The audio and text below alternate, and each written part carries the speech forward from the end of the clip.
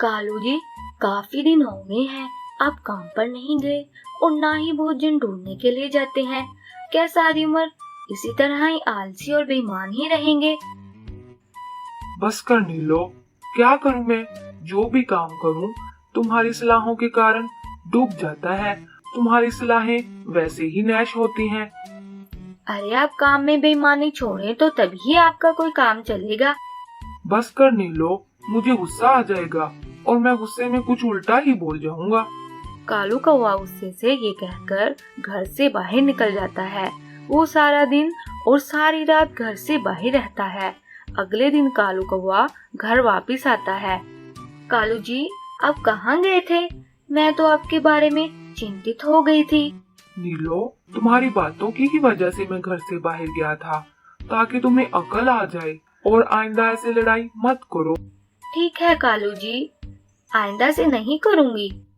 कालू और नीलो की इस लड़ाई को खत्म हुए अभी कुछ ही दिन होते हैं कि अब दोबारा लड़ाई शुरू हो जाती है। आप तो सच में ही नालायक और बेकार साबित हुए मेरे लिए। मैंने गलती कर ली तुमसे शादी करके। हमारे पड़ोसी कबूतर को ही देख लो, वो सारा दिन खूब मेहनत करता है और अपनी बीवी का भी बहुत ख्याल रखता है।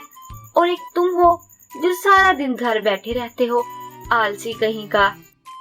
और तुम बड़ा भी भोजन ढूंढने के लिए जाती हो, सारा दिन घर में बैठकर मेरी मेहनत की रोटियां तोड़ती हो। कम से कम तुमसे तो बेहतर हूँ ना। अपनी हरकतों के कारण आए दिन किसी न किसी से मार खाते रहते हो। भगवान का धन्यवाद है कि तुमसे कहीं हिस्से बेहतर हूँ। कालू और नीलो के दरमियान इसी तरह ही लड़ाई चलती रही और आखिरकार कौवा उड़कर चला जाता है। कालू कौवा उड़कर अपने दोस्त राजू के पास जा रहा होता है कि उसे रास्ते में एक कौवी नजर आती है। अरे, ये कितनी प्यारी है। कौवे को वो पहली ही नजर में बहुत खूबसूरत लगती है और अब नीलो कालू कौवे को अच्छी नहीं लगती थी। नीलो तो अब बहुत ही झगड़ालू हो गई है। क्यों ना इस कवि को दुल्हन बनाया जाए। मगर एक मसला है, कहीं इस कवि की शादी ही ना हुई हो। कौवा इस कवि के पास जाता है। अरे, तुम कितनी खूबसूरत हो। तुम्हारा नाम क्या है? क्या तुम अपने खामन का इंतजार कर रही हो? नहीं कौवा जी, मेरा खामन तो कुछ दिन पहले ही मर गया था। वैसे तो खूबसूरती तो आप में भी कम नहीं। और आपकी शादी हुई है क्या? मेरी बीवी हर वक्त मुझसे लड़ती रहती है और मैं भी किसी की तलाश के लिए निकला हूँ। कालू कौवा उसे अपनी दुल्हन बनने का कहता है और वो कवि थोड़ा सोचने के बाद कालू के साथ चली जाती है। कालू कौवा जब कौवी को लेकर अपने घर जाता है तो नीलो इस कौवी को कालू के साथ देखकर सोचती है, अरे ये कौन है? क्या कालू ने नई शादी कर ली है? मैं इसकी समझ आ लेती हूँ। नीलो, जल्दी से मेरी दुल्हन के लिए कुछ खाने के लिए लेकर आओ। मैं तुम्हारी नौकर हूँ क्या?